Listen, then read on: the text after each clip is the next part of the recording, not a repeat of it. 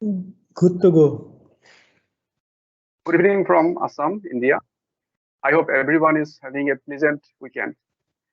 We are into day 6 of IPWGST 2021, where Professor Sebastiano D'Amico from University of Malta earlier today presented the first lecture entitled Seismotectonics of the Central Mediterranean Area.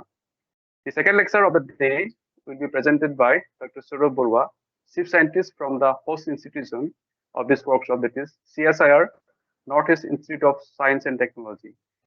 He is going to present a talk on kinematics of Shillong Plateau and Eastern Himalaya region, the sites of great earthquakes. I feel extremely honored in stating that Dr. Saurabh Baruah is my PhD supervisor. I can never thank him enough for bestowing me with such a privilege. So today we have with us Professor J.R. Kyle as a session chairman and Professor Dapeng Zhao from Tohoku University as a session advisor. So before the session starts, may I request our session chairman, Professor J.R. Kyle, to say a few words. Over to Professor J.R. Kyle, sir. Thank you, Shantanu. Thank you so much. Since Professor Zhao is here as advisor of this committee, I would like to share a nostalgic feeling, experience that in 1990s, I developed two good friendships. I saw Professor Zhao's publications in JGR, GRL, and all esteemed journals. I contacted him and developed friendship, and we are continuing our warm friendship till today.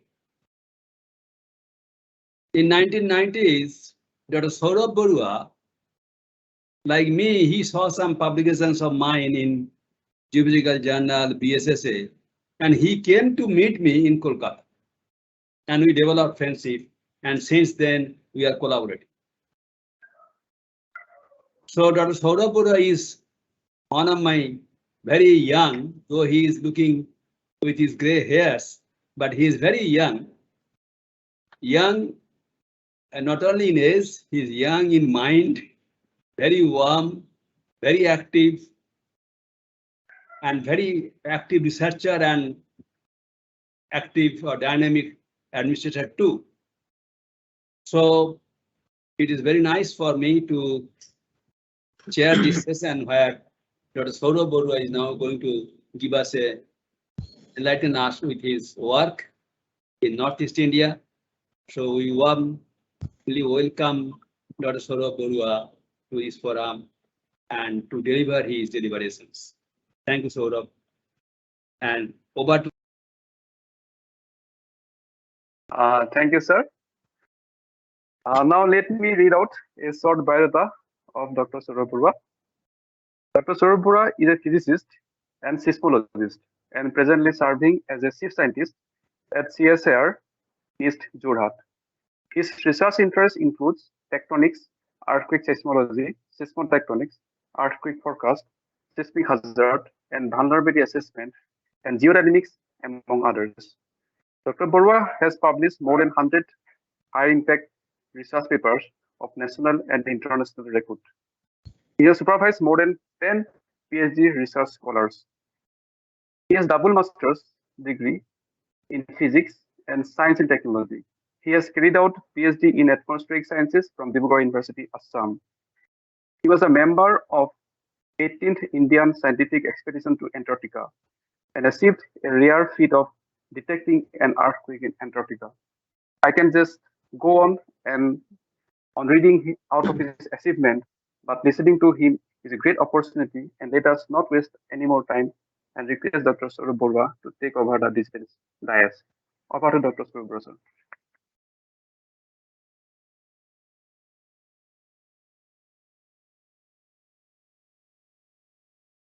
Thank you,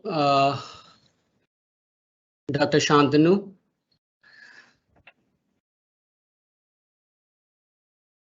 The slide is visible? Yes, sir. Visible. Okay. So Honorable Chairman of this session, Professor J.R. Kayalsa, Professor Dapeng Zhao from Japan, Tohoku University, Japan,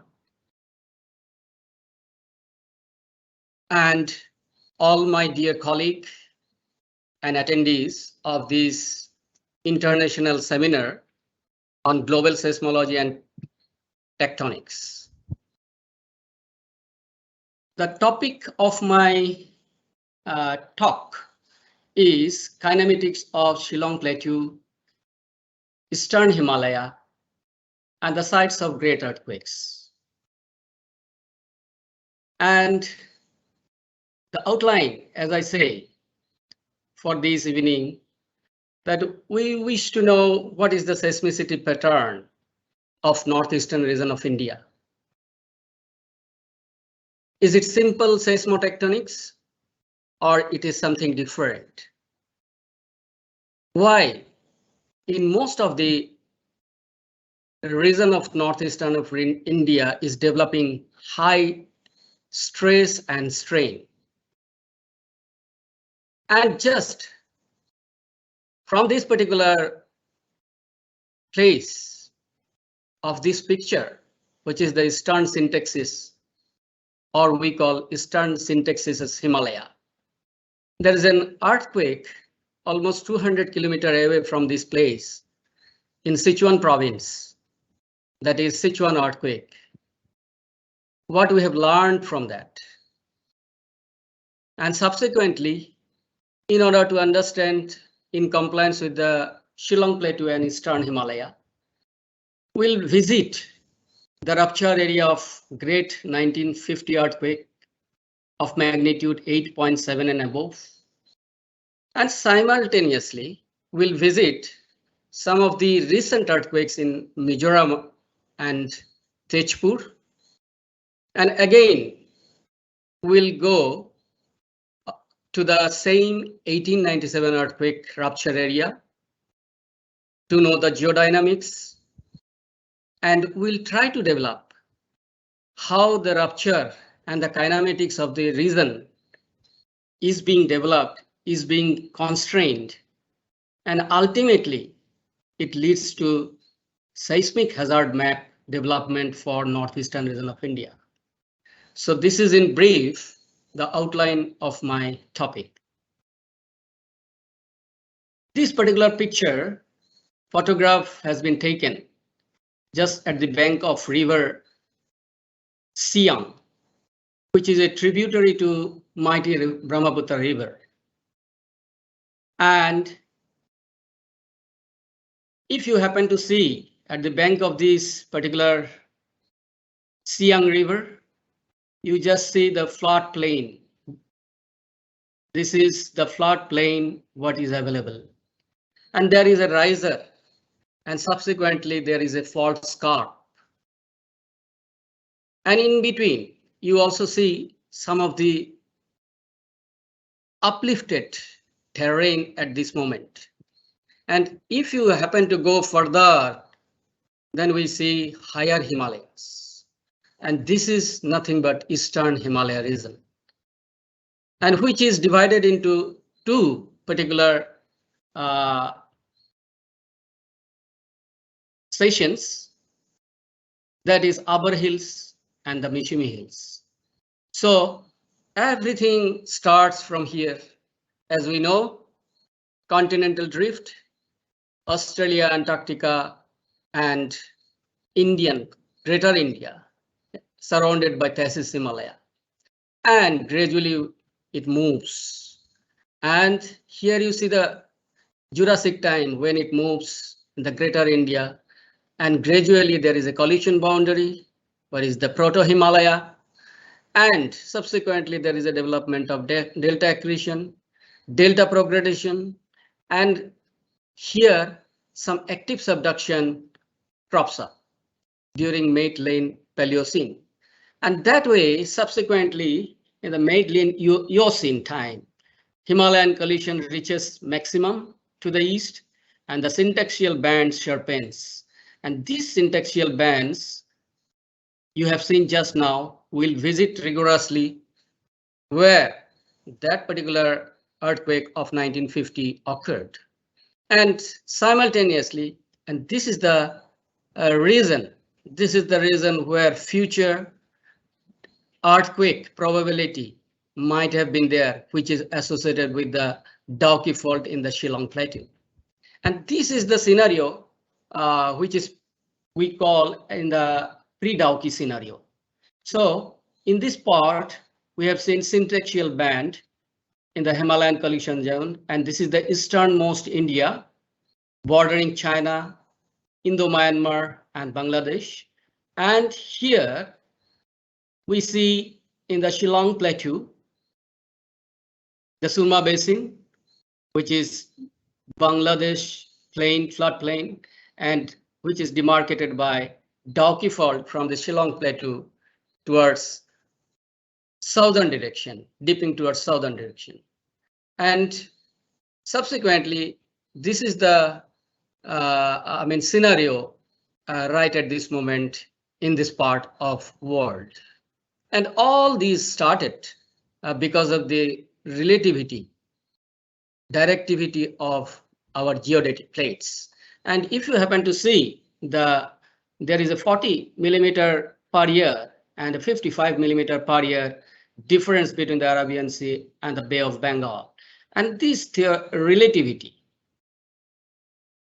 in the direction of directivity has given an immense potential to develop all these terrain. And that way we see the directivity right at this moment. And here is the Himalaya, mighty Himalaya. And this is the reason where we'll see what is the present kinematics persist. And that way, if just as I said, 200 kilometers away, there is an earthquake in Sichuan province. And it was in 2008, there is a Chinese flag. And near this, there is a school. And that school was totally buried. And there was immense landslide at this point. And to memorize all those victims, 88,000 victims, there are a lot of flowers almost every day. A lot of tourists visit here now, which is an abandoned city. The city looked like this just after the earthquake.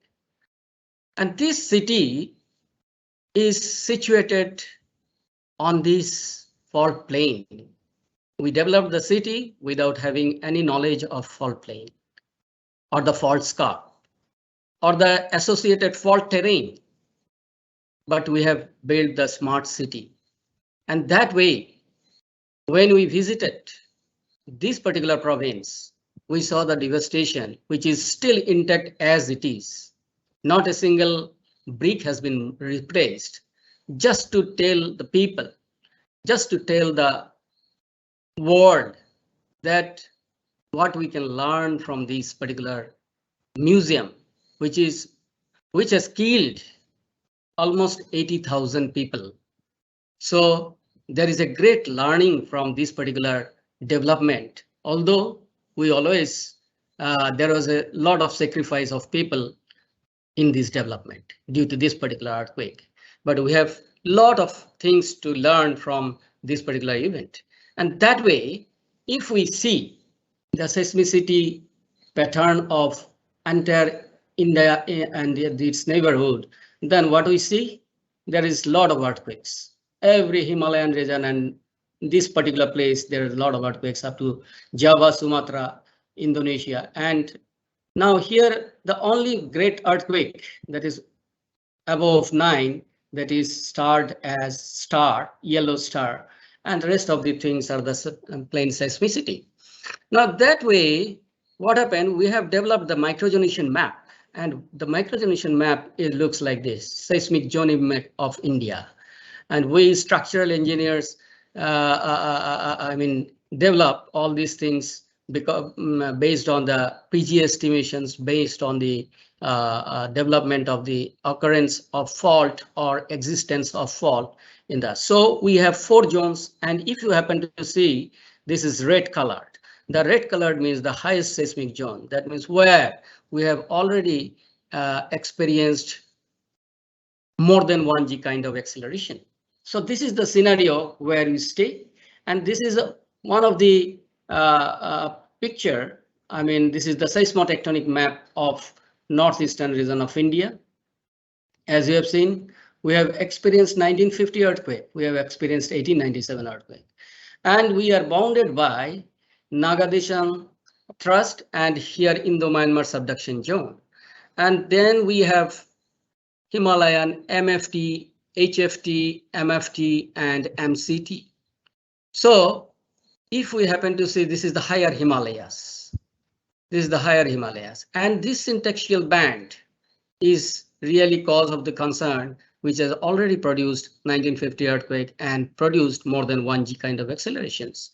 And if we happen to come at 1897 earthquake, this hat-like a situation explains that this is the reason where we have also experienced more than 1g kind of acceleration.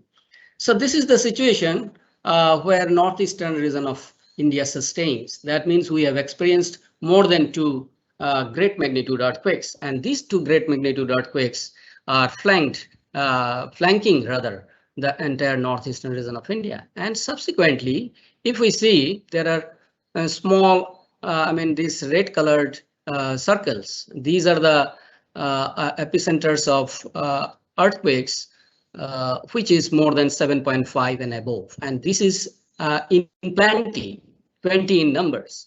That is the situation we are situated right at this moment. And this is Dauki fault. And there is a lot of faults associated, Kopili fault and the Brahmaputra floodplain where we are. And Jorhat is somewhere near at this place. Now, if we just take out the SRTM map, then we see the wave of faults and lineaments, and these are gigantic faults which is surrounding the entire. But we'll move to the Lohit thrust, we'll move to the Mismi thrust to understand the kinematics, and of course the Dauki fault and this Brahmaputra fault and all. So our concentration will be mainly on this particular terrain of 1897 and this particular terrain of 1950 earthquake. So as I said, the strain anomaly map, if we see, this is the Indo-Myanmar subduction zone, highly stressed region, highly strained development. And this is the zone where HFT meets with the Kopili fault. And this particular Kopili fault is also generated a lot of earthquakes regularly, and recently there was a large earthquake occurred in this particular terrain. So if we happen to see the strain map, this is the strain map that is being developed, and it is red color means highly strained region, and that can have the potential to develop a mega earthquake in this scenario.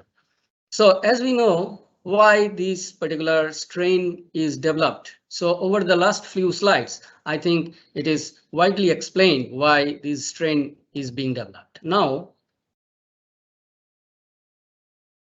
if we happen to see the gravity map and the magnetic anomaly map, then it is a fantastic one that is displayed. Here we see the higher anomaly in the syntaxial zone and the higher anomaly in the Shillong Plateau.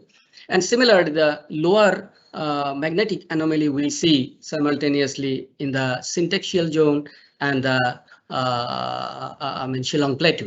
Now, if we happen to see the terrain, if we happen to see that this is the terrain and this is the Assam plain and the belt of Supen and Indo-Myanmar high ranges almost up to 2000 meter, and then subsequently, if we happen to see the BB dash thickness, and that way it is totally modulated or undulated terrain. But we are not concerned at this point. In Assam floodplain, if we happen to see, there is a lower gravity, but simultaneously, if we happen to see the magnetic map, anomaly map, then it is the embedded with the highest anomaly in the Assam plain itself. So the entire terrain is associated with the different kind of anomaly so far the tectonics is concerned, and which is the reason why we see both the variation in these anomaly maps. Now, as I said, the entire seismicity pattern of northeastern region of India, the faults, fault terrains, what you have seen, this has developed over the years almost more than thousands of earthquakes. And these earthquakes, when it is plotted, now it looks like this. This is the seismicity map. If you happen to see the seismicity map, Indo-Myanmar subduction zone is the highest producing earthquake, and they are regularly producing earthquakes. In Meghalaya Plateau, it is also highly, tensed epicentral region. And of course, in Tezpur area, this is Arunachal, Himalaya, and Bhutan, near Arunachal and Bhutan, and there is plenty of earthquakes. And of course, in the syntaxial region bordering China, there is plenty of earthquakes we see. That means what we try to understand here, if we happen to put our finger on this map, basically we see an epicenter in northeastern region of India. Now, I'd request you to mind on the red colored, red colored epicenters.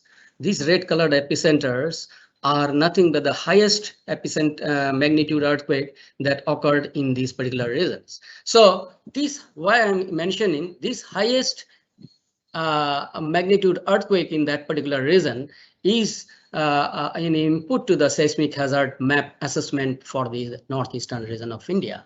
But as we see, this is the seismicity pattern. But as we see depth section, this is the depth section at 0 to 45 kilometer depth. We see there is plenty of earthquakes at this depth. And of course, Assam Plain, Assam Valley is devoid of these earthquakes. But simultaneously, if we move from 45 to 90 kilometer, we see Assam Valley is totally devoid of earthquakes. And this is a very good information for all of us towards seismic hazard assessment map preparation. But if we see, the Indo-Myanmar subduction zone, then this subduction zone also producing a lot of earthquakes within 45 to 90 kilometer. But very interestingly, if we happen to see the above 90 kilometer depth, there is no earthquake as such. These are maybe the artifact of our location, but as such in entire Assam Valley, there is no earthquake above 90 kilometer. But of course, in Indo-Myanmar subduction zone, there is plenty of earthquakes. So these particular zones, these particular maps let us understand what is the seismogenic depth and what is the seismogenic zones and what is the seismic potential of each particular zone.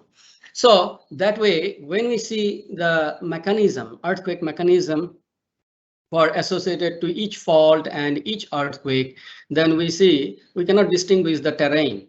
We cannot distinguish the terrains with one particular mechanism. It is totally full of all the three types of mechanisms. So in that case, what we mean to say, that means it gives us a constraint that the region is a vivid,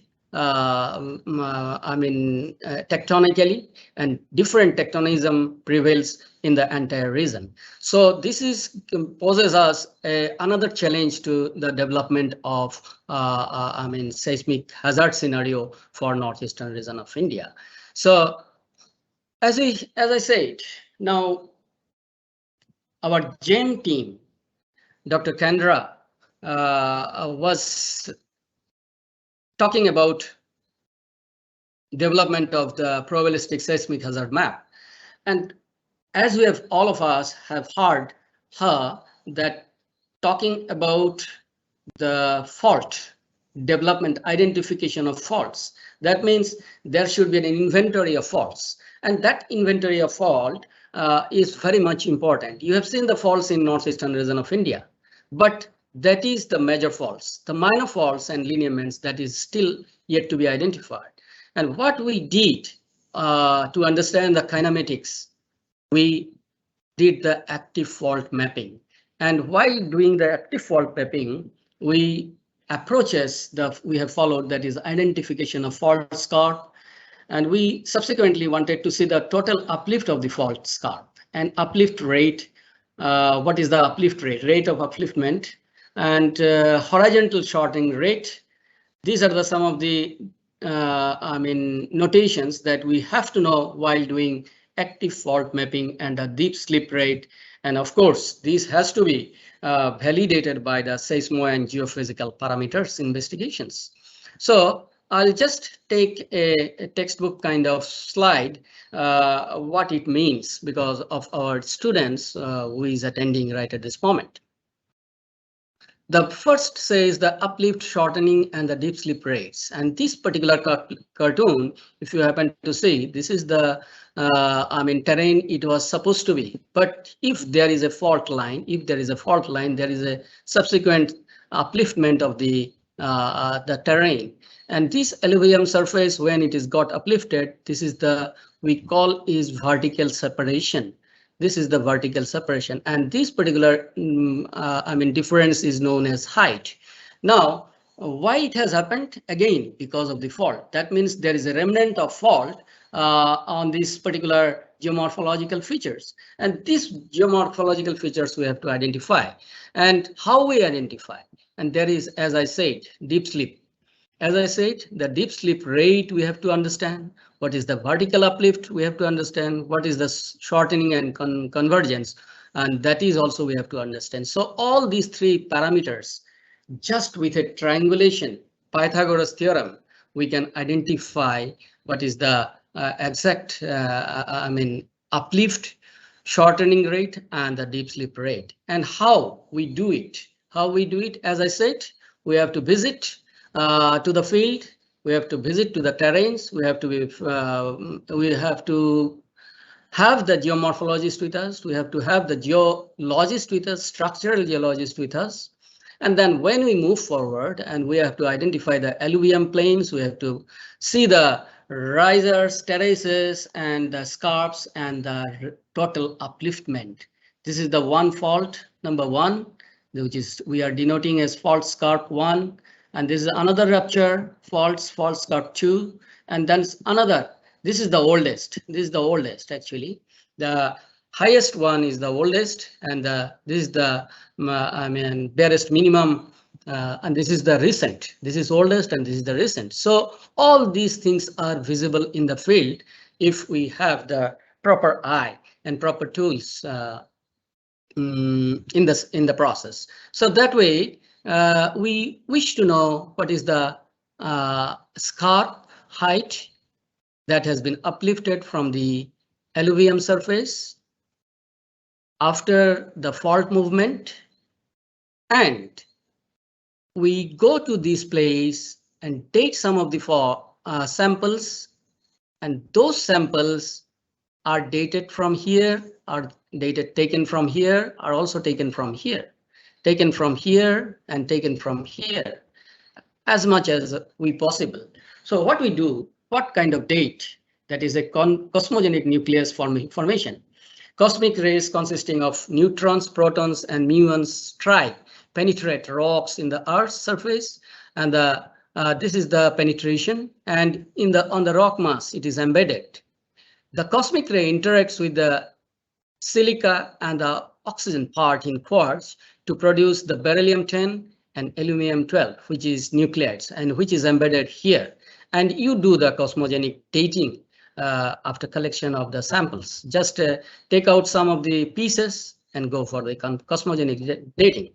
And even if you don't have the facility of cosmogenic dating, then we prefer sometimes thermoluminescence or carbon dating. So what is the basic way? Go to the terrain. This is the fault scarp that you have identified geomorphologically, visually, from the satellite image, from the terrain mapping. And after that, go down below up to 1 meter down and take out the samples. Sample 1, sample 2, sample 3 at different depths. And then go to the highest, the oldest part. And when you go to reach the oldest part, you have those samples with you. Sample number 1, sample number 2, sample number 3, and the B or C means at the highest. Now, subsequently, when you age the model, Now, this is as an example, I'm telling you that when these three particular samples are at this height, they have very less, deviation. But at the highest, we have the highest, age, higher age, and this is the almost lower age. So now simply we have to have a subtraction from the highest and the lower. And now we understand from here to here to move what is the difference of age from carbon dating or thermal emissions dating or cosmogenic dating. And subsequently, we know also find out the total jump, total offset, that is 27 meter in this case, particular case. So we know the scarp height, we know the age, how much age it has been taken to reach up to that level. So these are some of the things that we have to know from terrain mapping through active fault mapping, and that way we understand what is the total uplift measured from topographic profile, and also the model the surface age, and then subsequently you find out these three parameters, that is the uplift, deep slip rate, and the shortening convergence frame. So this is a textbook knowledge we must have to have prior to visit to the field. And what we have done, that I'll concentrate. Right now, we have visited the syntaxial region. And if you happen to see the syntaxial region, as you have seen, our directivity was towards northeast of direction.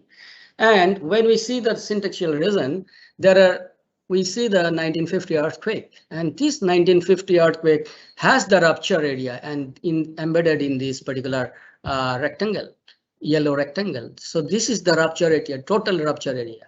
And if you happen to see the aftershocks, these red dots are the aftershocks, and that aftershocks also occurred somewhere near Dauki fault. That occurred somewhere near that is Dauki fault and in several other places. And so the aftershocks of 1950 were spread almost 500 to 600 kilometers away from this particular position. And if you happen to see this particular position, this particular epicenter, this is characterized by several focal mechanisms. And this is the latest focal mechanism that we have developed from the seismograms recorded at the archivals of USGS and that to Cambridge University. So there is a dissimilarity of focal mechanism solutions. So it depicts how critical that particular region is. And if you happen to see the isoseismal map, also this is Dibrugarh and this is Jorhat, where right now we are situated in NEIST is situated. And this entire region was totally devastated, and there was a lot of alluvium plains was got fractured, and a lot of as we know, a lot of water has come up all these places. So the isoseismal maps that it has also touched almost the capital city of Assam, that is the Guwahati city, during 1950 earthquake.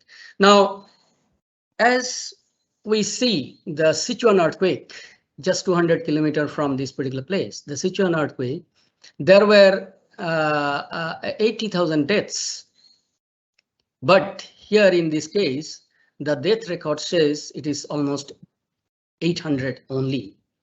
But the loss of infrastructure was almost 1 billion. But as I say, this occurred in 2008 Sichuan earthquake, and 22,000 people were died because of the landslide. But during this Rima Valley earthquake, if you happen to see, there is a lot of debris and a lot of landslides. Those landslides still visible. And these landslides occurred, and these are the white circles what you are observing right at this moment. Now, these are the some of the places that we have identified through rigorous field survey, and mainly we wanted to say here that these are the fault lines that we have demarcated after visiting and identifying those fault scarps. So mainly another interesting features that we have developed, and it was also near a river which we call Buri Dihing, And this is the Manabhum's incline, anticline, where all these faults are newly demarcated through these studies. And so that way, as I was explaining, that entire syntactial region, right from Arunachal Himalaya and its bending towards Nagadishan thrust and up to Indo-Myanmar subduction, and that way we have got a very big another tributary to the Brahmaputra that is called Dibang River. And it is almost 50% of water flow is through Dibang River. And Dibang Valley separates the upper hills, which is at a height of maximum at a height of 1600 meter, and the Mesimi Hills, which is at a height of 2800 meter. And this is the length almost is 19 kilometer, and this is almost 15 kilometer. And this particular picture was taken, photograph was taken from the Sadia of Assam floodplain. So if you happen to see the topography map, then we demarcate the MCT. This is higher Himalayas. And this MCT is again, bifurcated with the upper hills in the Siang window that is at around, at this height, that is almost 2 kilometer, we can say, at this height. And gradually it comes down, and then Arunachal Pradesh floodplain we see.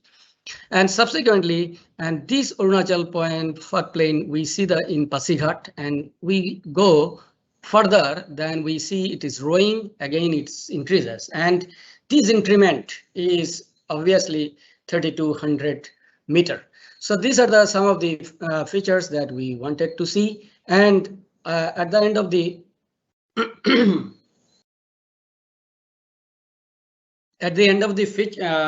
survey, we could demarcate by looking at the floodplains, by looking at the topography, by looking at the focal mechanism solutions and the fault scarps.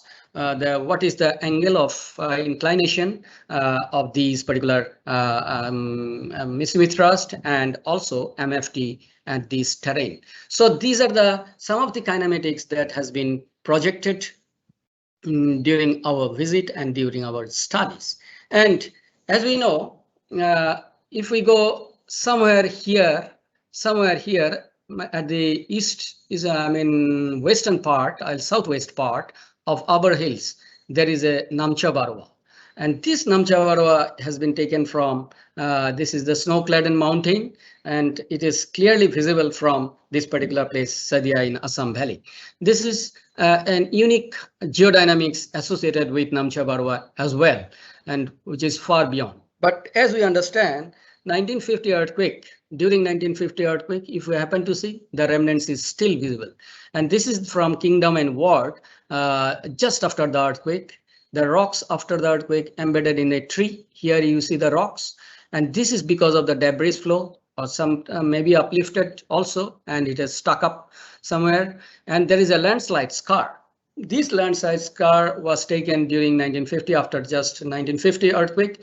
But if you happen to visit right at this moment, this is still visible very nicely, this particular.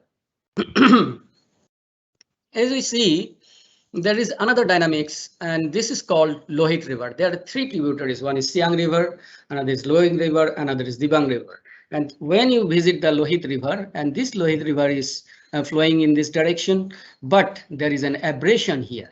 There is an abrasion here, and the entire fault was passing through this. And because of the this over the years, this abrasion is no more, and fault scarp is also not visible. But subsequently, when we visited those places, and we saw a very big tree which is just tilted, and we have inquired with the people there, and they have said it is due to the 1950 earthquake. And subsequently, when we see the terrain along the riverside, then we see different growths of vegetations, and these different growths of vegetations demarcated, so well demarcated, that means the fault scarps can be identified along with. So these are some of the features that we have identified thoroughly over the maps, and ultimately in the river sections, these fault scarps are demarcated, and which I have shown already in Manabhum and decline. And this is the well demarcated, and this is the fault scarp, and the fault passes through this particular river. And as I said, Xiang River, this topography of which is known as Sanpur River in China, which is coming down, and very interestingly, the deep of the particular flood plain of the Xiang River is towards north. And that way we always see that, I mean, our GPS directivity and our dynamics associated with this particular terrain is really synchronizing. And subsequently, when we visit, we see the another plane. These are the quaternary, which is uplifted long back along the riverside of Xiang River. So these were some of the features demarcates that how active the terrain was, how active the terrain is. And subsequently, when we see another place that is known as Bhishma Nagar Fort in Remnant, and this Bhishma Nagar Fort, and this was supposed to be like this, and there was an offset of almost a meter offset, and there is an upliftment, and all this happened because of 1950 earthquake. And that way, when we mapped through active fault mapping, we could identify what is the scarp, we could identify what is the mountain front in, devastation or deformation, and what is the northeast depicting Holocene gravels. All this information was available in this terrain, and that is a Lohitpur site. In very interestingly, there is a coarse-grained newly formation of coarse-grained substance that has embedded inside, and there is a differentiation in Lohitpur site. And these all features are very much intact right at this moment when you go visit the field. Most interestingly, we could find out the terrace T1, T2, and T3 along the scarp, and these scarp are along the another river that is known as Demai riverbed. And if we happen to see the Demai riverbed, then we see a lot of tree trunks. There are a lot of tree trunks, and full of tree trunks, all are standing. And during monsoon, this river is overflowed. And it has been said during 1950 earthquake, the entire debris flown through these rivers, flown through these Lohitpur rivers and Kamlang River, and that way this has devastated all the trees, but these tree trunks is still intact. And that way, through these investigations, we have demarcated the fault scarps, and these fault scarps height also we have demarcated. We have sampled here, we have taken the samples, and we have taken the samples here as well. So these samples are dated, and these dates are here, and that way we can understand what is the rate of upliftment. So this rate of upliftment was very much crucial for our understanding the geodynamics of particular fault. And now here in this particular map, you see the surface break along the Mishmi thrust. This is all are newly demarcated along the Mishmi thrust. And here you see number one, this is a Kamlang River floodplain. During winter, it is almost a stream, but during rainy season, it is totally flooded. And here in the Kamlang River side, this is the Kamlang River. You see this particular picture, which has been taken here. And if we happen to see the topography map, and this topography map shows that there is an upliftment of almost 7.6 meter, and which has been dated in these ages. And that way, we have also demarcated the same fault line at the site 2 and as well as at the site 3. And at the site 3, this is another site that is known as Wakro. In Wakro, we could find out what is the total upliftment. So this is some of the features that we have done to identify the fault line, fault mapping through the same methodology what I have described before. And if you happen to see the Pasighat reason, as I see now, again, if you remember the upper hills and the Mismi hills and the floodplain of Arunachal Pradesh, this is a Pasighat. And this Pasighat river and crossing the Brahmaputra river at this place. And now you see here, there is a fault line that has also been demarcated through these studies in the similar fashion. But here you see along the fault line, we have developed one small, although small, aerodrome. And subsequently, this Pasighat city has also been declared as one of the smartest city of India. So that is being built up. So, but you just, we just come to know this MFT, it is crossing through this particular plane. So these are some of the, issues that we have observed during these field visits. And that way, with all those information, we try to see the 3D view of the Eastern Himalayan syntaxis with inferred source geometry of 1950 earthquake. That what it indicates that there is a main Himalayan frontal thrust with almost 13 to 15 degree inclination, and which is about almost 150 kilometer. And there is a Mismi thrust. Again, its inclination is 25 to 25 degree. And its inclination is almost 25 to 28 degree, and the length is 180 kilometer.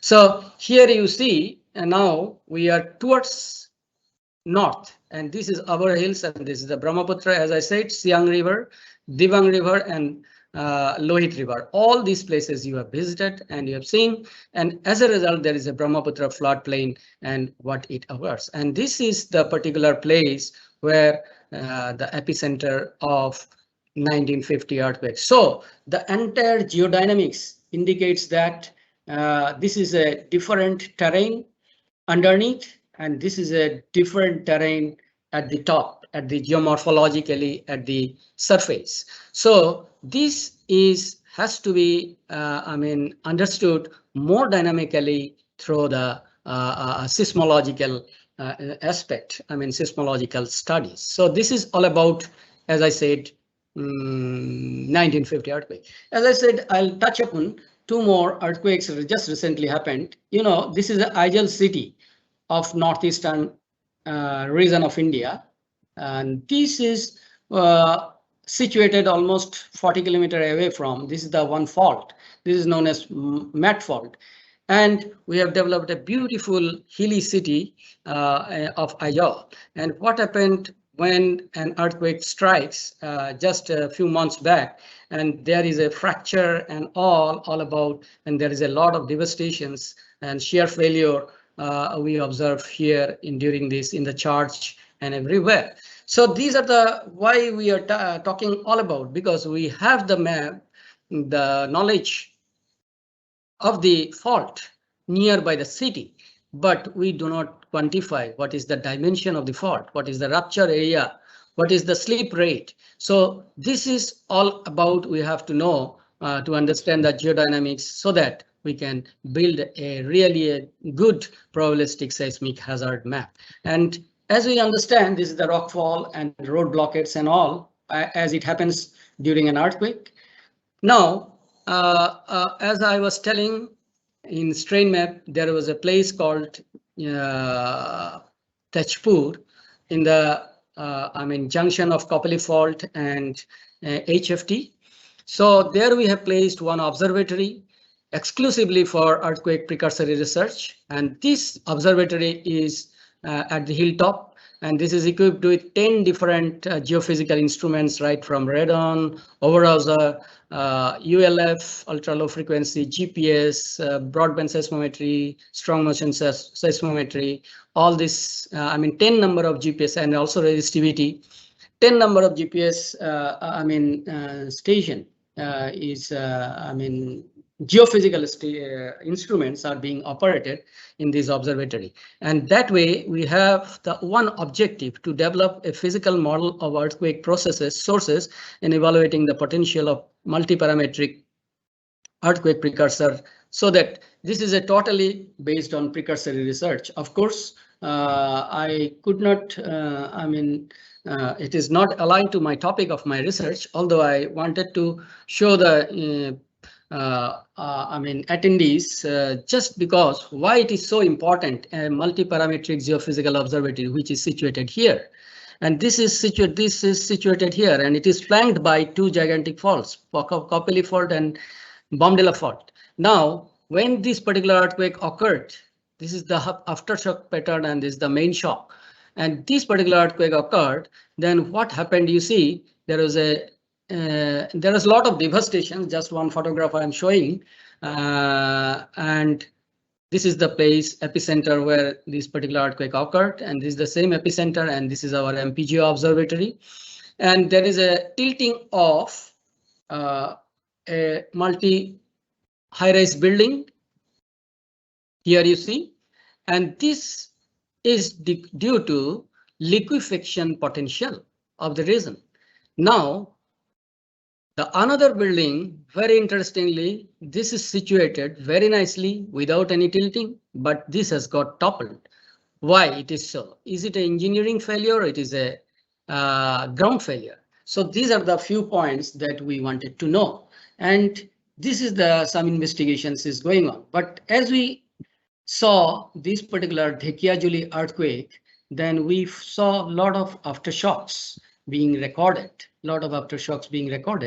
and our geophysical team also seen some co-seismic features of these on ULF data, co-seismic features. But not only co-seismic features, they have also seen that polarization ratio has increased. Polarization ratio has increased just prior to 6 days before the 28th April 2021 earthquake. And in this particular algorithm, which has been developed, and we could publish it in the PAPI journal in the month of June this year.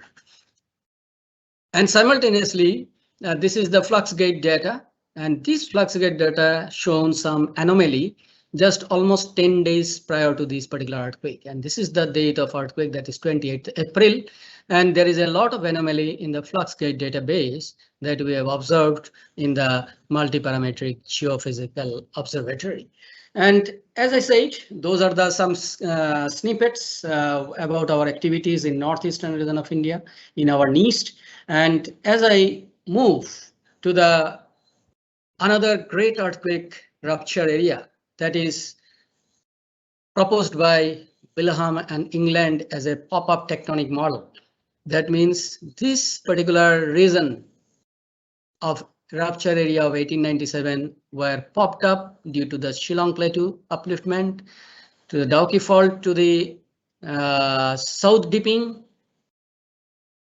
and Oldham Fault to the south dipping rather, and Dauki Fault to the north dipping. So that way, if we happen to see this upliftment that has created that particular earthquake of 1897, and if you happen to see the isoseismal map, it has covered almost thousands of kilometers from the rupture area of earthquake. And subsequently, this is the famous cartoon by Oldham in 1899. This cartoon depicts there are two pebbles here, and these two pebbles are no more here. They have been uplifted somewhere at these places. And these two pebbles have been uplifted. Why? What is the reason behind? Because there is a co-seismic upliftment, and this co-seismic upliftment occurred because of the generation of acceleration due to gravity, due to earthquake, which is nullifying the acceleration due to gravity, and they have been tossed up and placed somewhere here. So this was the situation we see where it has crossed almost 1G kind of acceleration. And if you happen to see the isoseismal map, this is the situation of the isoseismal map. This is also covered the central India. Now, if we happen to visit the 1897 rupture area, we see the Dauki Fault, Meghalaya, Indo-Bangladesh plain, and there is a beautiful flexure of rocks observed, and kilometers after kilometers you will find all these terrains, and this is an uplifted terrains. And if you happen to see another interesting features, the entire Shillong Plateau is full of limestone rocks, and there is a limestone quarry, limestone hills. And if we see, it was described as we understood, there is a park called Precursory National Park in Meghalaya. When there is because this entire Shillong Plateau was under oceanic crust, when there is an upliftment, Holocene upliftment, the entire water was flowing down to the Bay of Bengal. And that way they have paved the way through this limestone rock mass. So this is some of the features that I wanted to show. As it was oceanic crust, and we see a lot of nummulites you see embossed in the limestone rocks near this oceanic crust of the this Precursory National Park in Meghalaya. These are some of the features that it describes, that the existence of these nummulites and all, that it's a oceanic crust. Shillong Plateau consisted of. And again, if we happen to see this particular place in the Dauki Fault near Indo-Bangladesh border, then we see in this particular star, this is the Indo-Bangladesh border, which is demarcated by some of the barriers. And this is the flat quaternary, and this is full of sandstone, and Dauki Fault moves along this side. So this is some of the very interesting features that we could observe in flat Indo-Myanmar, Bangladesh, Indo-Bangladesh borders.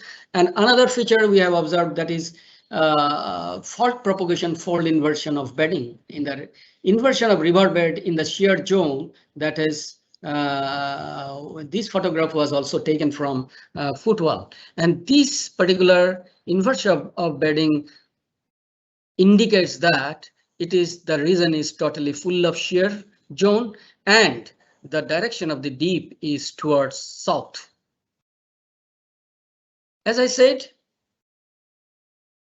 all these features try to develop a geodynamic model of Shillong Plateau, and the geodynamic model looks like this. This is the Bhutan Himalaya, this is the Shillong Plateau, and this is Mikir Hills, where you have seen this is the place where our MPGO observed, and this is Brahmaputra Fault, this is the Oldham Fault, this is the Dauki Fault, this is Dapsi Thrust, and they were together. There was a breakage, and this membered thrust, when there is a backward forward break of forward Himalaya started from Shillong Plateau to the Bhutan Himalaya and subsequently to the upper Himalaya. And as a result, we understand there is a subduction initiation.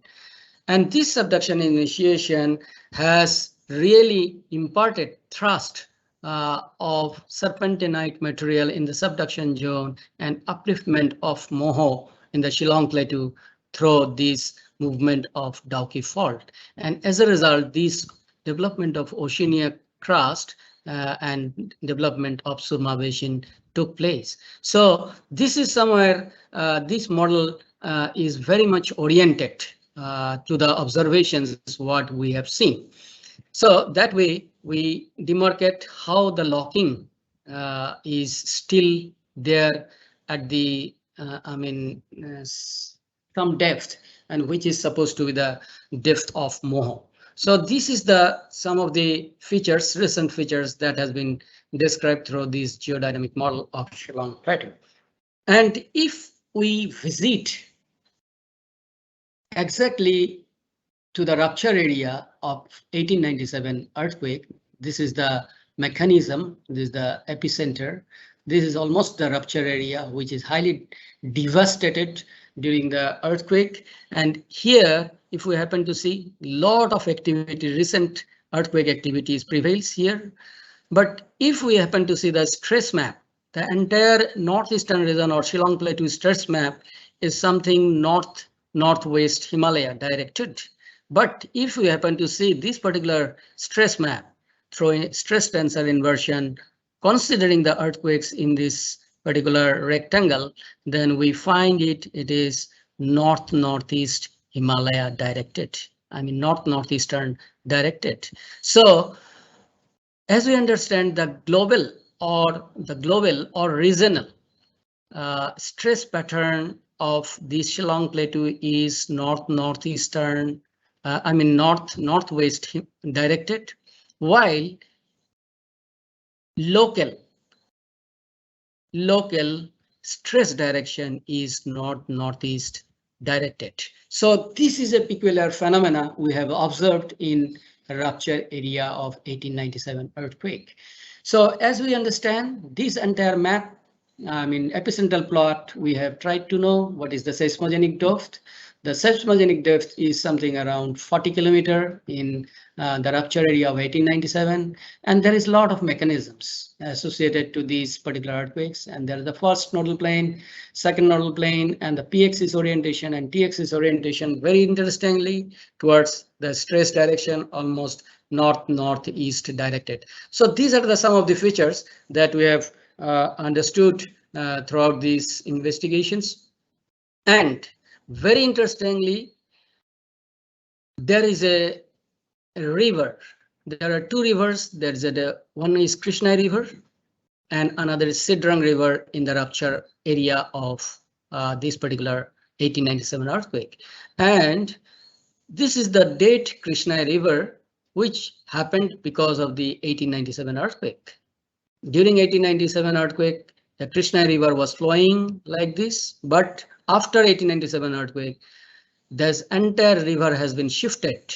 The entire region has been uplifted and shifted towards west. So these are the places we wanted to visit with the geophysical instruments. That is, we carried out the MSW multi-channel surface wave analysis to know the shear wave velocity profile. We did the resistivity survey. We did the topographic survey. So and we also tried to see the fluvial geomorphology of these river terrains. And as a result, there was 3 profiles we wanted to cover across the Sidrang River and the Krishna River. Also, dead Krishna River and the present Krishna River along this profile. And subsequently, when we are doing the field work, we could see a lot of remnants of 1897 earthquakes. The fracture is still available. The fracture is still visible. There is a sagging pond occurred due to 1897 is still visible. And there is very interestingly, there is a fault scarp which is almost 13 feet height. The fault scarp could be also identified. So as we make an input of these resistivity values across this profile and the MOSW, shear wave velocity profile, then to understand the subsurface deformation along this profile, this is profile 1, profile 2, and profile 3, then we see there is almost 4 to 8 meter subsurface deformation underneath. And we could also find out what is the total fault, that is faults passing through those deformation. And this is the underneath evaluation, what we have understood. So there is a subsurface deformation that could be identified because of 1897 earthquake. And this is very much prominent. And not only this, subsurface deformation estimated from MSW survey or resistivity survey, but also we have the fluvial geomorphology of the Krishna River and Sidrang River. This is Krishna River and Sidrang River over the period 1964 to 2014 from the topo sheet data. And this topo sheet data shows that there is a channel migration of this river flow, and they have migrated to the east, to the west. And those migration, if you happen to see, there is an avulsion really took place. This is the present course, and this is the earlier course of the Sidrang River, Krishna River rather. So there is an avulsion almost 1.5 kilometer over this period from 1964 to what we have the data available. So here we have done the topographical survey, and this topographical survey on the this particular river, dead river of Krishna, we could find what is the terraces that has been formed from the alluvium plain of the Krishna rivers. And that way, this has given us an understanding that there was an upliftment because of the rupture along certain fault, maybe Oldham fault due to 1897 earthquake.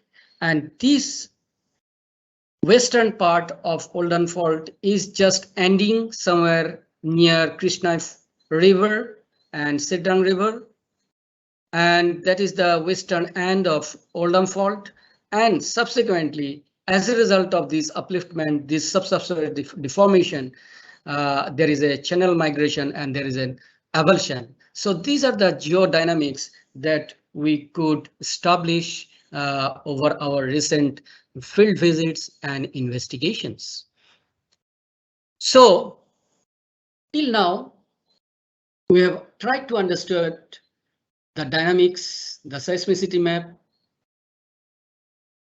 the fault identification, the dimension of the fault, the rupture area of the fault, the slip rate of the fault, subsequently the recurrence period of the fault, recurrence period of an earthquake.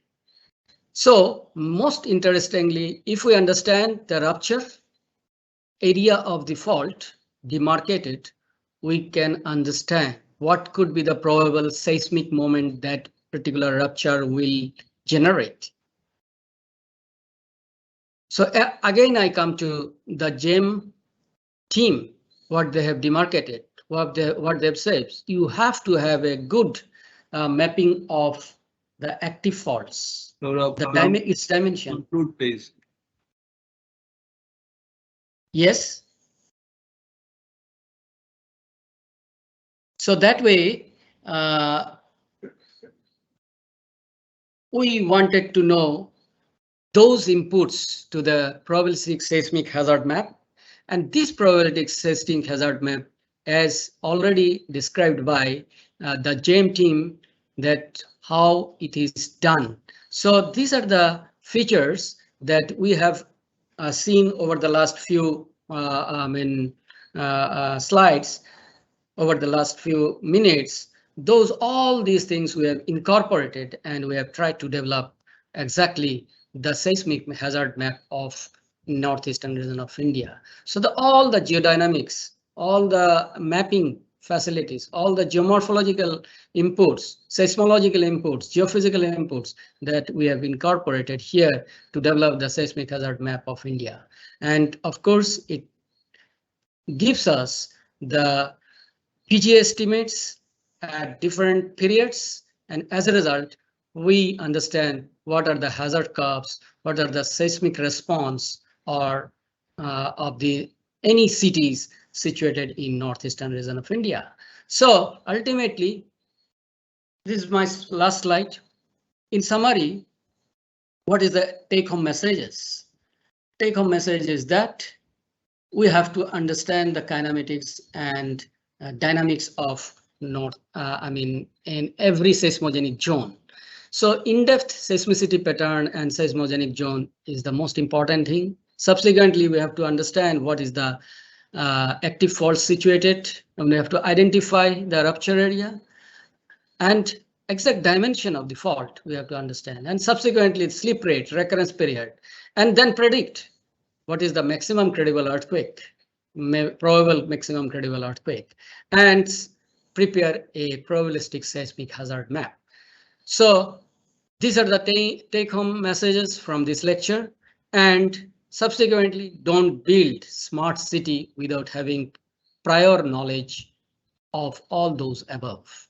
So this is the concluding remarks from my side. But just to end with you, Thank you. I take this opportunity. We have got a fantastic team GSTD, Geoscience and Technology Divisions, who is organizing this particular seminar. And they have brought all the laureates, gems of the seismology and tectonics on the same platform. And this team consists of Dr. Manoj, who is a geologist and right now my microgeneration map and GPS man of GSTD. Dr. Sangeeta, who is a geologist and remote sensing and GIS expert, now a strong motion seismology carried on. And Dr. Bizit, he is a computational seismologist and particularly a geologist and doing tomography in subduction zone. Dr. Shantanu, being a physicist, he is a seismologist and also doing anisotropy and stress mapping. Dr. Devashish, who is a geophysicist and doing the tomography as well. And very recently, Dr. Chinmay, he's a geologist with geochemist background. So we have got a fantastic team, GSTD, and I invite all the attendees, all the people to collaborate with this GSTD team so that we can enhance our understanding of northeastern seismotectonics in this forum and subsequently. Once again, thank you so much for your patience hearing. Here I conclude. Thank you, sir. Now we can have quick comments from our session chairman.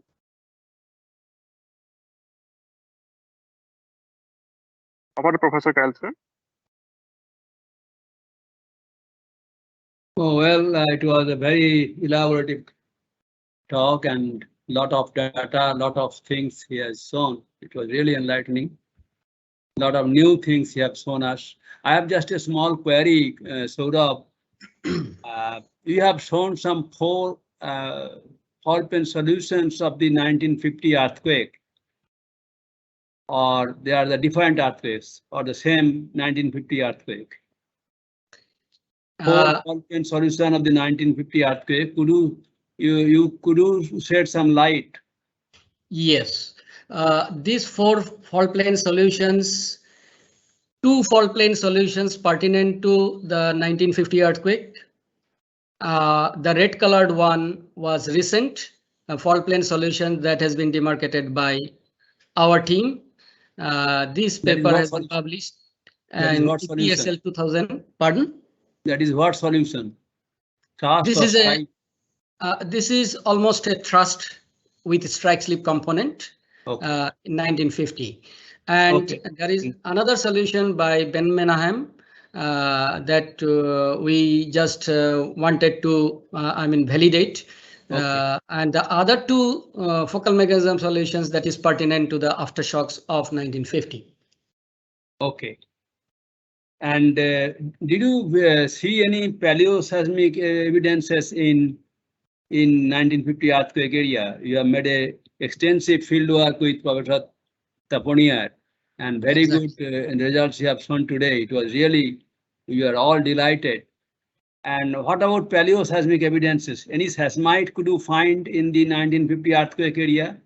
Yes, we have also carried out paleoseismic investigations, and numbers of seismites is prevailing in the region, and that has been identified, but still that is under preparation. The manuscript is under preparation, so I could not.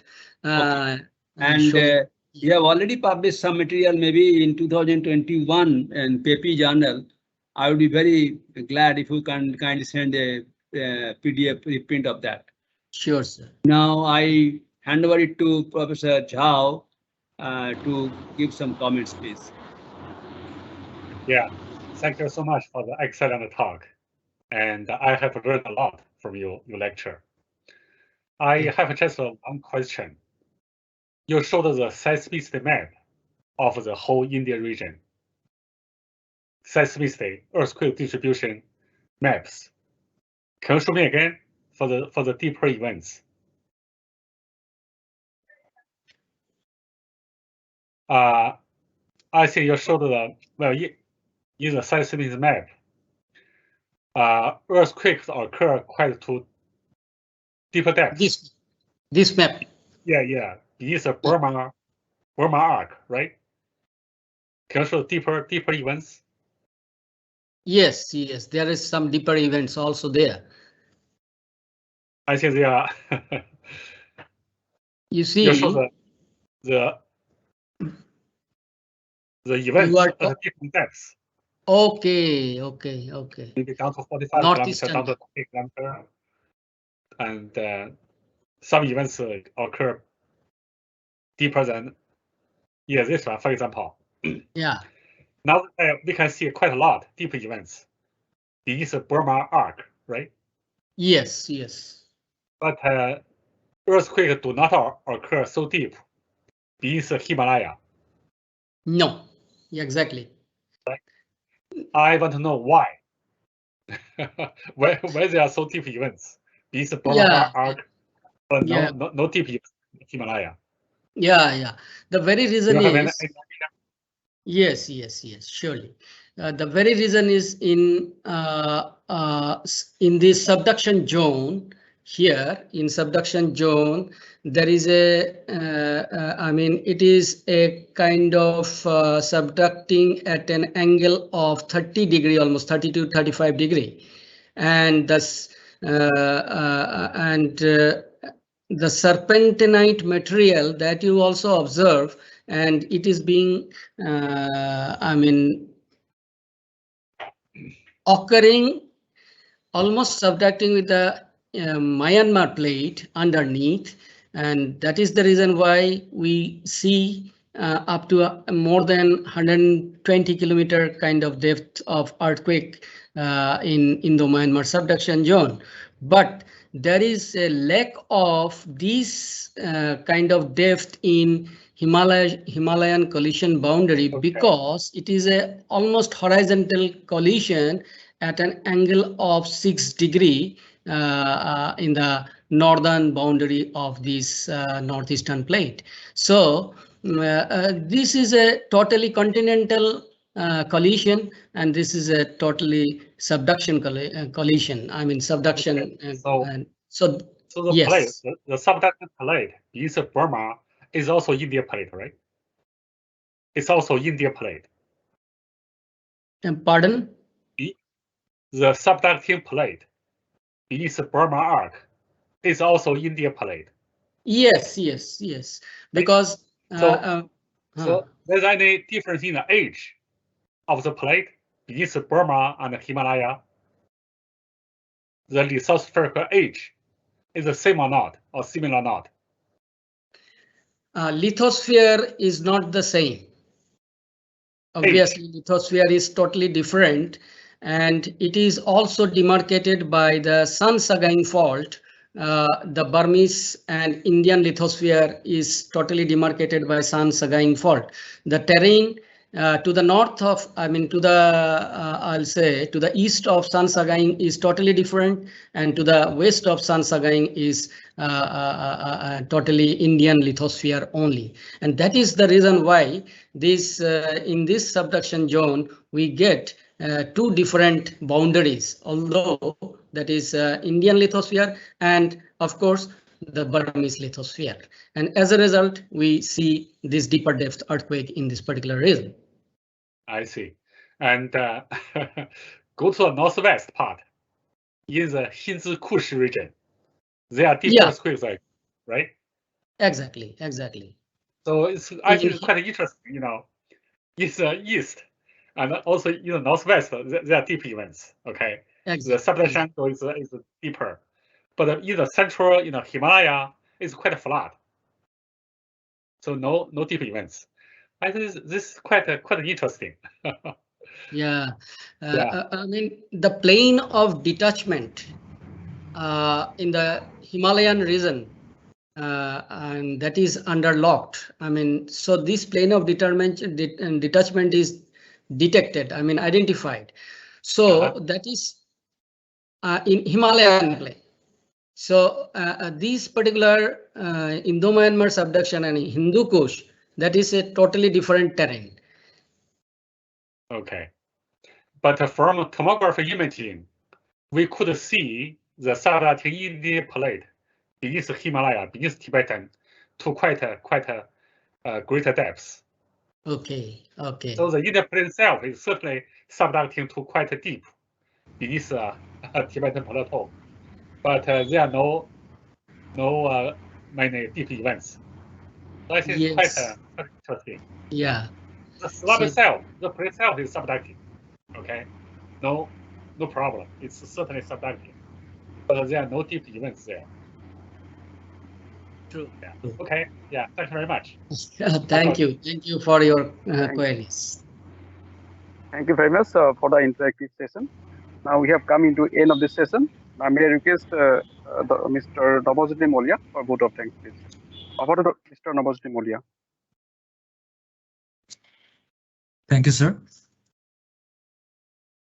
Namaskar. A delightful evening from the land of Red River and Blue Hills, Assam.